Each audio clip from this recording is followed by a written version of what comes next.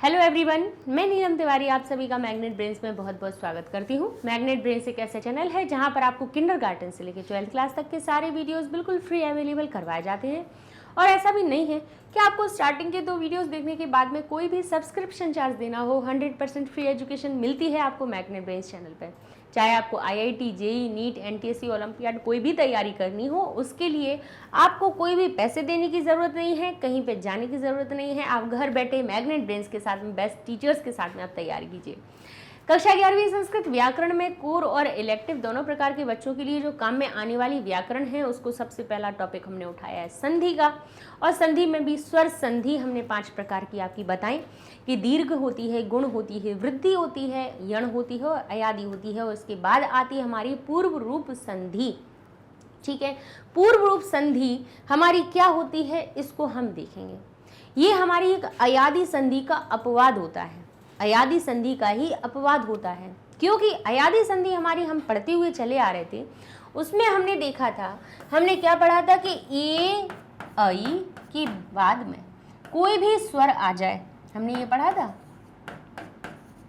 कोई भी स्वर हो, ठीक है, कोई भी स्वर हो और ऊ और औ के बाद में कोई भी स्वर हो तो फिर ए हमारा ऐ में बदल जाता है, ऐ आय में बदल जाता है, ओ अव में बदल जाता है और औ हमारा आव में बदल जाता है। यही हमने सीखा था, है ना। अय आय अव आव में सीखा था, जब हमने देखा था कि ए ऐ या ओ औ के बाद कोई भी स्वर आ जाए तो। लेकिन यहाँ पर इस संधि में इसका अपवाद होता है, इस नियम का खंडन हो जाता है, निषेध हो जाता है। यहाँ पर ये नियम लागू नहीं होता है। क्यों नहीं होता है? देखिए, जैसे यहाँ लिखा है वृक्षे और को, यहाँ पर ए की मात्रा है और यहाँ पे ओ की मात्रा है। भाई श में से स्वर निकालिए, ए निकल रहा है, क में से स्वर निकालिए, ओ निकल रहा है, और इनके बाद कोई दूसरा स्वर भी है। इनके भाई कोई भी यहाँ पे कोई भी हो सकता है, होने पर इनको तो किस में, ऐ में बदल जाना चाहिए था, इसको अव में बदल जाना चाहिए था, लेकिन नहीं बदला, निषेध हो गया। क्यों हो गया, ऐसा क्यों हुआ? तो यहाँ पे लिखा हुआ है इंग पदांदादति, तो कहते हैं पदांत, पद का अंत ए और ओ से हो। अब आई बात इसकी, अब यहाँ पे साधारण ए और ओ नहीं लिखे हैं, यहाँ पर साधारण ए और ओ नहीं लिखे हैं, ने अनम नहीं लिखा है, ने और अनम नहीं लिखा है यहाँ पे, है ना। ये तो साधारण शब्द है, ना में एक ही मात्र लिखी है, ने और अनम, ठीक है। ये पद तो नहीं बन रहा है, लेकिन यहाँ बात हो रही है पद की। अब पद क्या होता है, ये बड़ा चक्कर हो गया, क्योंकि ये लिखा है पदांत, पद का अंत। तो अब ये पद क्या होता है, पद क्या होता है ये बताइए। तो कहते हैं सुबंतम तिगंतम पदम, सुबंत प्रत्यय, सुबंत और तिगंत प्रत्यय क्या होते हैं? जिन शब्दों में, साधारण भाषा में समझा देते हैं आपको, जिन शब्दों में सुप और तिंग प्रत्यय लगे हों, सुप और तिंग प्रत्यय लगे हों, सुप प्रत्यय और तिंग प्रत्यय लगे हों, तो वो आप कहेंगे सुप और तिंग प्रत्यय क्या होते हैं? तो चलो ये भी नहीं आई बात समझ में, नहीं आई समझ में, चलो और आते हैं। चलो, बालक के शब्द रूप देखे हैं, बालक के शब्द रूप आपने देखे हैं, इतने ये तो देखे होंगे ना, है ना। ये तो भाई 6वीं से हमने पढ़े हैं, तो ये तो देखे होंगे। बालक के शब्द रूप कितने बनते हैं? 21 बनते हैं कि नहीं बनते, है ना। 21 बनते कैसे हैं? हम ऐसे देखते हैं उनको कि प्रथमा विभक्ति में प्रथमा, द्वितीया, तृतीया, चतुर्थी, पंचमी, इस प्रकार से हमारे सप्तमी विभक्ति तक लिखे रहते हैं। हर एक वचन में अलग अलग रूप बनता है। तो बालक बनता है बालकः, फिर बनता है बालकौ, फिर बनते हैं बालकाः, बनता है कि नहीं, फिर बालकम, बालकौ, बालकान, फिर बालकेन, बालकाभ्याम, बालकैः, इस प्रकार से हमारे 21 रूप बनते हैं। तो ये बालक शब्द तो बालक था, लेकिन जब इसमें ये प्रत्यय लग गया, ये जो विसर्ग आता है ना, इसका मूल प्रत्यय पता है क्या होता है? सु होता है। मूल प्रत्यय क्या होता है? सु। फिर इसमें ये परिवर्तन होने के बाद में ये हमारा विसर्ग के रूप में हमारे सामने रह जाता है। तो सु से शुरू होता है और प्रथमा से सप्तमी तक के जो प्रत्यय लगाए जाते हैं मूल, वो हमारे प पे खत्म होते हैं। किस पे खत्म होते हैं? प पे। तो यहाँ से सु से शुरू हुआ और पा तक खत्म हुआ, तो इनको कह दिया जाता है, इतने सारे प्रत्यय जिनमें लगे होंगे उनको कह देंगे हम सुप प्रत्यय। अर्थात साधारण तौर पे, साधारण भाषा में समझ लीजिए कि जो शब्द रूपों में, शब्द रूपों के रूप में लिखा हुआ ऐसा शब्द जो विभक्ति से बना हुआ हो, विभक्ति लग के वो पद बना हुआ हो। बालक शब्द था, वृक्ष शब्द था, लेकिन जब उसमें सप्तमी विभक्ति लग गई तब वो वृक्ष बन गया हमारा वृक्षे। तो जो एक ही मात्रा आई है वो उसके मूल रूप में नहीं आई है, विभक्ति लगने पे आई है। जैसे ये बालक लिखा हुआ है, बालक, मूल शब्द तो बालक था, लेकिन जब इसमें सुप प्रत्यय लगा, जब इनमें सुबंत प्रत्यय जुड़े तो ये सुबंत हो गए। इन पदों को सुबंत कहा जाता है क्योंकि इनमें सुप प्रत्यय लगाए जाते हैं। तो ये बालक बालके बना। इस परिस्थिति में तब इसको पद कहा जाएगा। बालक शब्द है, बालकः पद है, जिसमें विभक्तियां लगी हुई हों, यानी शब्द रूपों के जो 21 रूप होते हैं वो सुबंत पद कहलाते हैं। जब तक उनमें विभक्ति नहीं लगी है, जब तक वो अकेले लिखे हैं, मूल रूप में लिखे हैं, तब तक वो शब्द हैं। लेकिन पद कब बनते हैं? जब उनके विभक्ति के रूप बन जाते हैं। जैसे हमारा वृक्ष अकेला शब्द था, लेकिन जैसे ही इसमें विभक्ति लगाई गई, प्रथमा विभक्ति में इसका रूप बन गया वृक्षः, फिर बन गया वृक्षौ और फिर बन गया वृक्षाः। तो ये है शब्द, और इसके बाद ये जो 21 बनेंगे वो सभी हैं पद। वो क्या है? पद। तो यहाँ पे कह रहे हैं पदांत, पदांत, पद का अंत ए और ओ से हो रहा हो। तो यहाँ पे वृक्ष में वृक्षे बनता है, बोले हाँ, सप्तमी विभक्ति जब बनाते हैं, सप्तमी विभक्ति में हमने देखा है कि जैसे बालक बालके बनता है तो वृक्ष बनता है वृक्षे। तो इस पद का अंत एक ही मात्रा से हो रहा है कि नहीं हो रहा है? हो रहा है ना। पद का अंत एक ही मात्रा से हो रहा है। तो कह रहे हैं कि अगर पद का अंत ए और ओ से हो, यानी जो ए की और ओ की मात्रा हो वो किसी विभक्ति की वजह से आई हुई हो, ठीक है, तो फिर क्या हो जाएगा? तो बोले फिर ये जो ए की मात्रा है, ये जो ए की मात्रा है जो विभक्ति की वजह से आई है, ये जो ओ की मात्रा है जो विभक्ति की वजह से आई है, ये जो यहाँ पे विष्णु विष्णु हो गया है, ओ की मात्रा विभक्ति की वजह से आई है, वो विभक्ति की मात्रा हटेगी नहीं, वो अपने जैसे का जो उसका पूर्व रूप है वो उसी रूप में बनी रहेगी। इसी को पूर्व रूप संधि कहा जाता है। और अंत में क्या कहते हैं? अंत में भी कुछ नियम है। कह रहे हैं पद का अंत ए और ओ से हो रहा हो, यानी यहाँ पर जो शब्द लिखे हैं वो पद हो और वो ए और ओ से अंत हो रहे हो, और साथ साथ में अगर बाद में आ जाए तो, हर जगह की बात नहीं है, केवल आ के लिए ही कहा जा रहा है। यदि आ जाता है तो क्या हो जाएगा?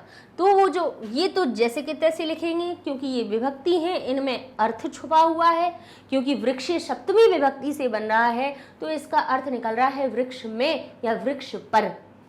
अगर हम इसकी मात्रा को हम अय बना देंगे तो ये क्या बन जाएगा?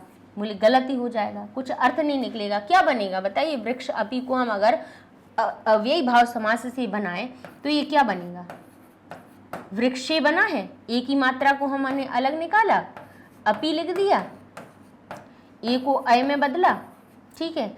अब ये क्या हो जाएगा? ये इसमें पहुंच जाएगा तो ये हो जाएगा वृक्ष, और यह अलग हो जाएगा, वृक्षायपी हो जाएगा। अब यहाँ पे हमें वृक्षायपी का क्या अर्थ निकल रहा है? कोई अर्थ नहीं निकल रहा है, अर्थ का अनर्थ हो गया। क्यों? क्योंकि भाई ये जो ए की मात्रा थी वो साधारण रूप से नहीं आई थी, वो इसमें विभक्ति के चिन्ह की मात्रा थी, वो विभक्ति का अर्थ बताने वाली मात्रा थी, ठीक है। तो विभक्तियों का अगर कोई भी अगर ए की मात्रा और ओ की मात्रा है और उसके बाद में अगर अ लगा हुआ है, अ से जुड़ा कोई शब्द लिखा हुआ है, तो क्या होगा? बोले विभक्ति में कोई परिवर्तन नहीं होगा, पूर्व रूप जैसा का तैसा रहेगा। बस ये जो आ है वो जरूर एक काम करता है कि वो कभी भी बीच में नहीं आता। उसकी भाई ये वो स्वाभिमान है, सबसे पहला वर्ण है, स्वरों में सबसे निकलने वाला, पूरी वर्णमाला में सबसे पहले निकलने वाला आ है, है ना, तो उसको ऐसा वो बीच में तो आ नहीं सकता, पहले लिखा जा सकता है, बीच में तो नहीं आएगा अपने मूल रूप में। तो वो क्या करेगा, वो कहेगा तो एक काम करो, इसमें कोई परिवर्तन नहीं हो रहा है मत करो, लेकिन मेरे चिन्ह को मैं उस मेरी जगह पे रख दो। तो यहाँ हो जाएगा हमारा विक्षेपी, ये अवग्रह का चिन्ह आके बदले में बैठ जाएगा। ठीक है, इतनी सी बात है, बस ये कहलाती है हमारी पूर्व रूप संधि। ठीक है, अब भानो लिखा हुआ है, भानु लिखा है भानो, ठीक है, अपी लिखा है, अत्र लिखा है, कुछ भी लिखा हुआ हो, अ से लिखा हुआ हो, तो हमारी जो भाई मात्रा है किससे आई है, हमारी संधि से, हमारी विभक्ति के लग जाने से आई है। ये पद है, कोई शब्द नहीं है, मूल शब्द नहीं है जिसमें ओ की मात्रा लगी हुई हो। बोले ये क्या है, ये पद है, पद की मात्रा है, विभक्ति की मात्रा है, क्योंकि ये इसमें अर्थ जोड़ने के लिए लगाई गई है।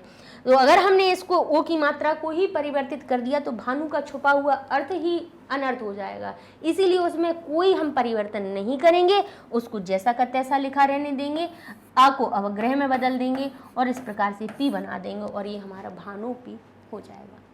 ठीक है, तो ये हमारी हो गई भाई हमारे पूर्व रूप संधि।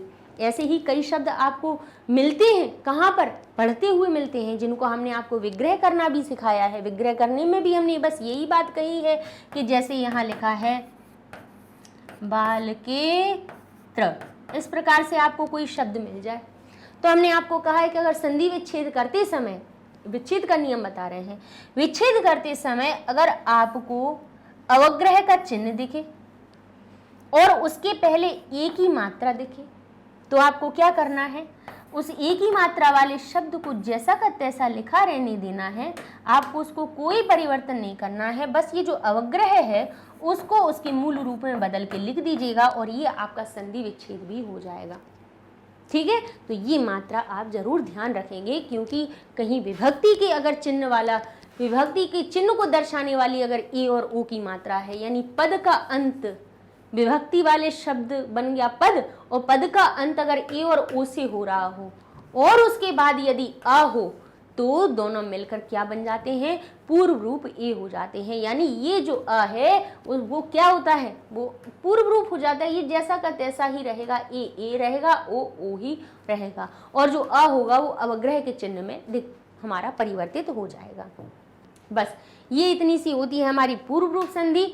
लेकिन पूर्व रूप संधि के कई उदाहरण आपकी भाषुति पुस्तक में हमने बताए हैं, आपको आए हैं, इसीलिए जिस प्रकार की संधियां आपके भाषुति में आपको मिली हैं, हमने पढ़ाई हैं, उन सब को हमें आपको बताते जाना है, जिससे कि जहां जहां पर हम जब भी आप उसको रिवाइज करेंगे, फिर से रिपीट करके देखेंगे, याद करेंगे, तो आप समझ जाएंगे कि देखो मैडम ने जो पूर्व रूप संधि बताई थी वो यहाँ पर देखो यहाँ लागू हो रही है और क्यों हो रही है, अर्थ भी स्पष्ट हो जाएगा आपको और संधि भी याद हो जाएगी। ठीक है, ये सारे वीडियोस आपको हमारी मैग्नेट ब्रेन्स वेबसाइट पे मिल जाएंगे आसानी से, क्योंकि आप ये नहीं सोचिएगा कि पता नहीं एक संधि कहाँ है दूसरी कहाँ है, आपको सीधे गूगल टैब पे जाना है, लिखना है magnetbrains.com, इंटर करेंगे, आपके सामने वेबसाइट पेज ओपन हो जाएगा। अब आप यहाँ देखेंगे इंग्लिश हिंदी मीडियम सारी चीज़ें लिखी हुई हैं। क्लास 11th पे गए, क्लास 11th की आपको सारे सब्जेक्ट की लिस्ट मिल जाएगी। अब आपने भाषुति को, जैसे संस्कृत भाषुति है ऐसा ही आपका व्याकरण का पेज बन जाएगा, उसको ओपन करेंगे आप, तरीका सिखाई दे रहे हैं, फिर तो आप ढूंढ तो आसानी से लेंगे, क्योंकि हमें पता है कि स्मार्ट हो चुके हैं बहुत बच्चे, 5-5 साल के बच्चे आज कल ऐसी एप्लीकेशन चलाते हैं जो हमने बड़े होकर अभी तक सीखते हैं, तो सोचते हैं कि थोड़ा सा हिसाब से चलाएं कि कहाँ का कहाँ पहुँच जाएंगे, लेकिन वो ऐसे फर्राटेदार चलाते हैं। तो ये तो हमें पता है कि आप लोग जल्दी ढूंढ लेंगे, लेकिन कहाँ ढूंढना है वो हम आपको बता देते हैं। तो यहाँ सारे वीडियोस आपको मिल जाएंगे, जैसे यहाँ लेसन लिखे हैं वैसे आपके व्याकरण के लेसन लिखे होंगे, पाठ लिखे होंगे, संधि पे जाएंगे तो संधि के लेक्चर मिल जाएंगे, आप कौन सी संधि पढ़नी है तो फटाफट एक के बाद एक देख लीजिएगा। खूब सारी हम पढ़ाएंगे जिससे कि संधि में कहीं पे आपको कोई भी परेशानी ना रह जाए। कभी भी आपको संधि का कोई भी विच्छेद करना भी आ जाए तो आप ना विच्छेद करने में अटके, ना ही संधि करने में अटके, ऐसे हम आपको सारी संधियाँ पढ़ा देंगे। तो भाई ढूंढना बहुत आसान हो जाएगा आपके लिए। एप्लीकेशन को भी डाउनलोड कर लीजिए, तो वो भी से बिल्कुल ऐसा ही वेबसाइट जैसा एप्लीकेशन में सारी चीज़ें मिल जाएंगी आपको। यूट्यूब पे भी है, यूट्यूब पे भी प्लेलिस्ट मिली है, लेकिन यूट्यूब पे ढूंढने में बच्चे ज़्यादा परेशान हो जाते हैं, है ना, तो इसीलिए हमने ये बता दिया, यहाँ सेपरेट अपने अपने छोटे छोटे घर बने हुए हैं, प्लेलिस्ट में जाओ, अपने संस्कृत पढ़ रहे हैं तो संस्कृत की ही सारे वीडियो एक जगह मिल जाएंगे। ठीक है, मिलते हैं अगले वीडियो में। अभी हमारी एक और संधि आने वाली है पररूप संधि, जिसको कि हम अपने अगले वीडियो में सीखेंगे। स्वर संधि का ही ये भेद है एक। तो मिलते हैं अगले वीडियो में, तब तक के लिए धन्यवाद।